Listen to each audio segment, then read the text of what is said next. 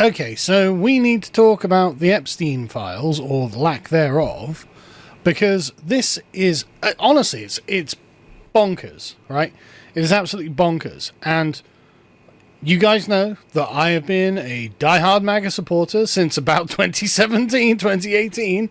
I, in fact, went to Trump Tower in 2017 to get my Trump MAGA hat in New York. And so I am pretty diehard on this. You know, I've trusted the plan. You know, I wasn't the one. I didn't come out and be like, oh no, Trump's going to mess up in Iran, because actually I actually understand that Trump is quite good at geopolitics.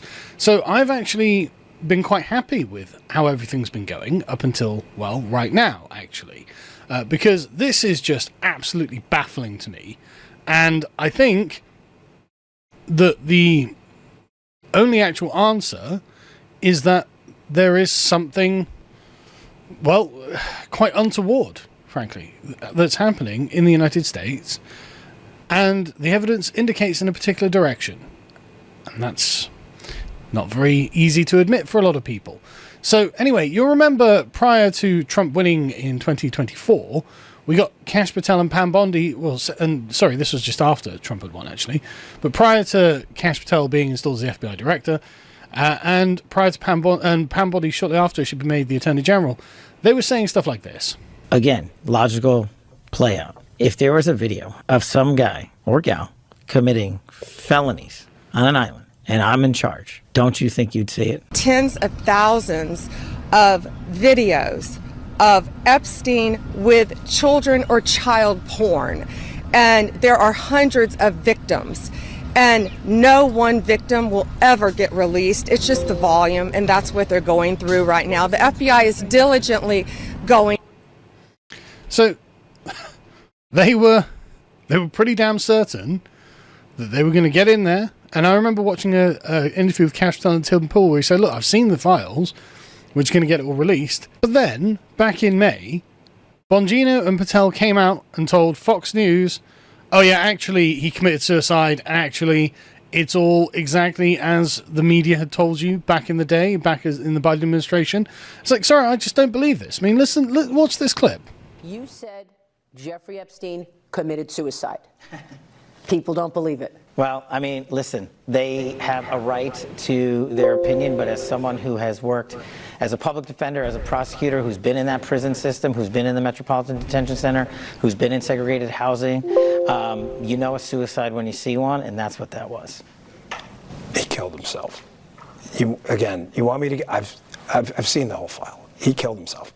There's something about the particularly stiff way, throaty way that Dan Bongino says this, that really gets my spidey senses tingling. I just can't bring myself to believe it, right? And Bongino did the same again on Fox News another time. He's like, look, I'm telling you, there's nothing in that file that indicates there's anything other than suicide. So, okay, but the issue is that there are probably going to be things outside of the file. The file itself, I'm guessing, is in some way curated. But anyway, then we were told back in 2020 that, like, no, there's no footage of Epstein in his cell or anything like that because it was accidentally destroyed. They, out of technical error, destroyed it. Or they took footage of a different cell and the two guards had fallen asleep and all this sort of nonsense. And then for some reason they released footage, 10 hours of footage. But at precisely 11:58, as you can see down here, the clock ticking over, it ticks over to midnight. So there's a minute of footage missing. So, then something happened in that minute, didn't it? Is that enough time for someone to go in, strangle him, and then come back out? Maybe, I don't know. I've never done that before. But releasing footage that has a minute missing from it is a bit suspicious, don't you think? Like, you can see why people are a bit uninclined to accept that there's nothing suspicious about this. And again, moving on. The Epstein client list, we've been told, oh, there's no client list. He died by suicide. What do you mean there's no client list? Like, Pam Bondi told us there was a client list and it was on her desk. The DOJ may be releasing the list of Jeffrey Epstein's clients? Will that really happen? It's sitting on my desk right now to review. That's been a directive by President Trump. I'm reviewing that. I'm reviewing JFK files, MLK files. That's all in the process of being reviewed because that was done at the directive of the president from all of these agencies. So have you seen anything that you said, oh my gosh? Not yet. Right. So there's nothing that she had it on her desk, but there's nothing to it. There's nothing in the Epstein client list that at least she's prepared to disclose at that point. And then, of course, this goes to the press secretary, who says, well, has this interaction with Peter Doocy. Epstein client list. What do you tell MAGA supporters who say they want anyone involved in Jeffrey Epstein's alleged crimes to be held accountable? This administration wants anyone who has ever committed a crime to be held accountable, and I would argue this administration has done more to lock up bad guys than certainly the previous administration.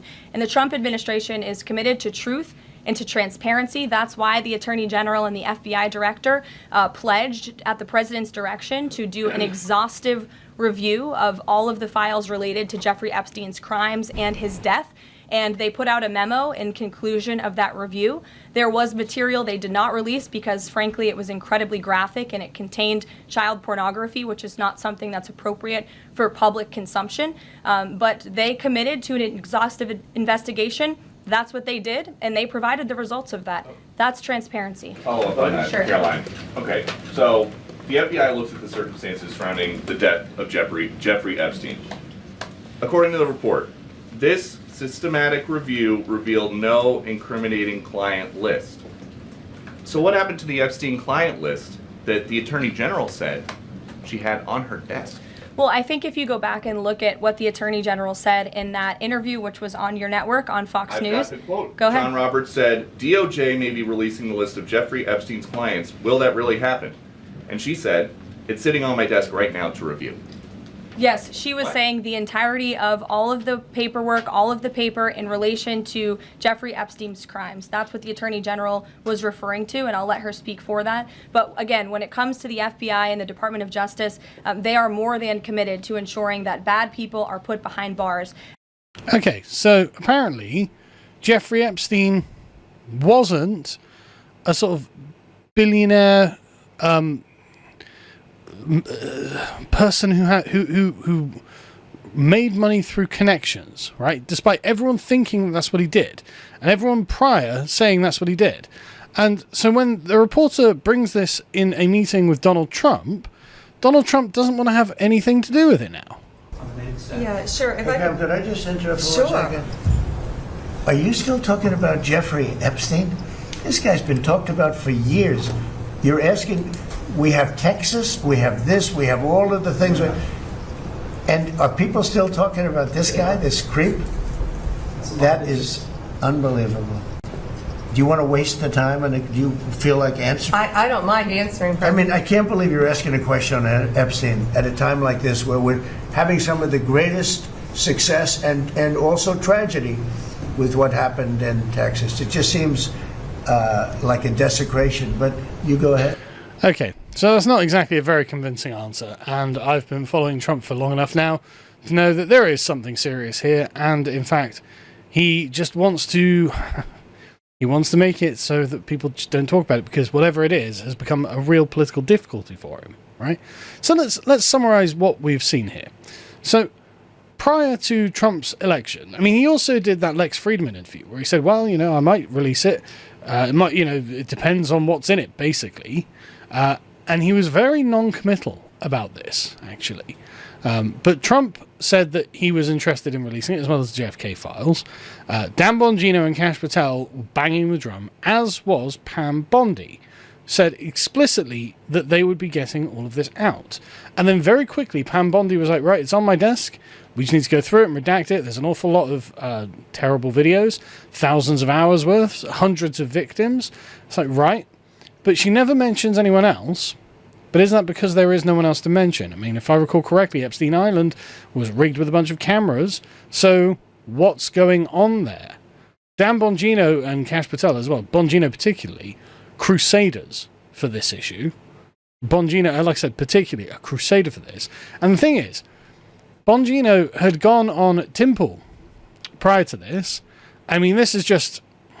About a year and a half after that, I'm in a green room at Fox, and I'm not going to say who because they didn't give me permission to share it, but well, the short story, but not who they are. It says, you know, Epstein's an intelligence asset for people in the Middle East, right? I'm like, no, I didn't know that. I'm like, you sure of that? The person, let's say, is like, I'm absolutely sure of that.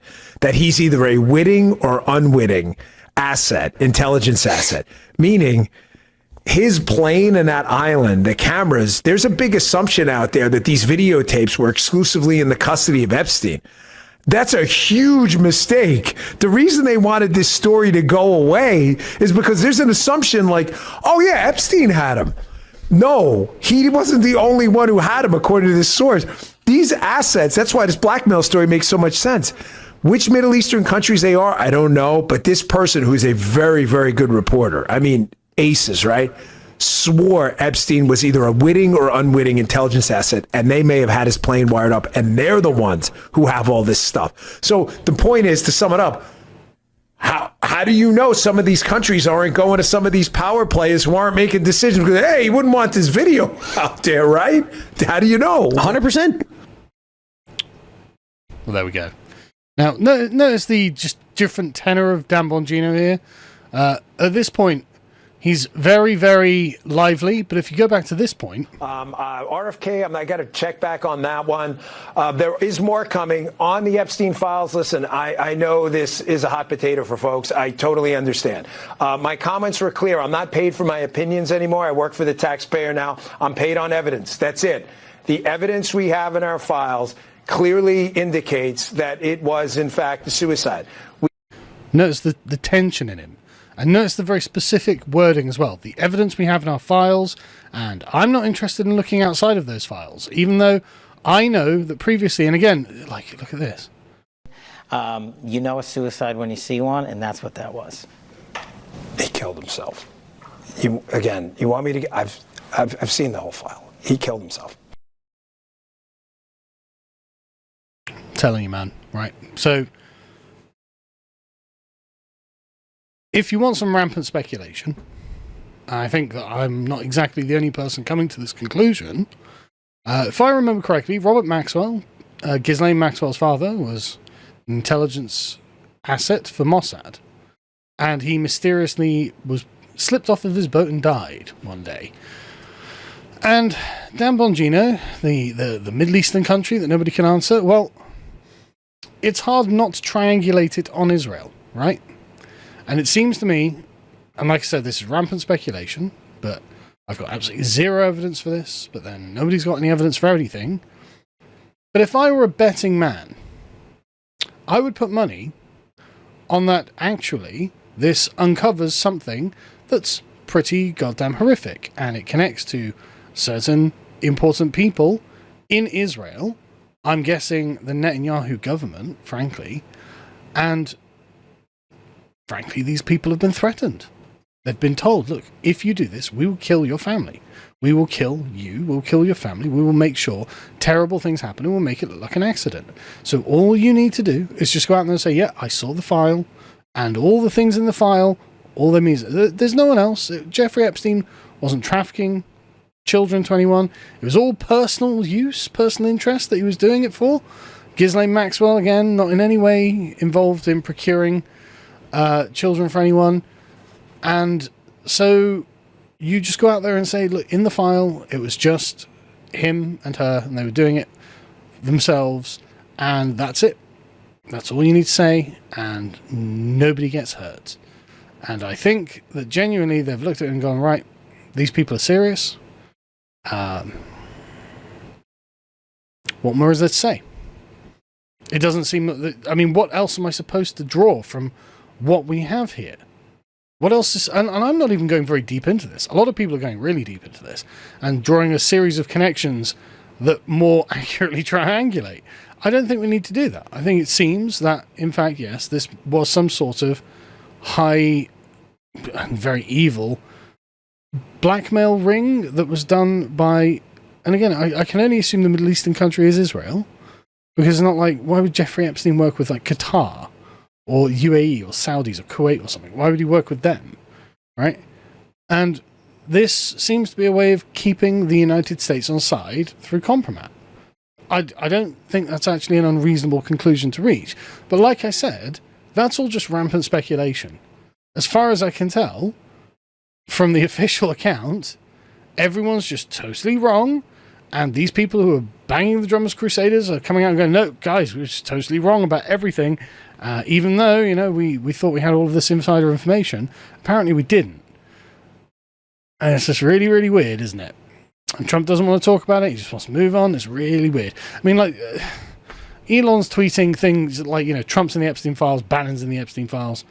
I mean, I doubt that's the case. Otherwise, I don't think Trump would have been campaigning on it, basically. I don't think he would have had guys who were campaigning on it if he thought he was in them.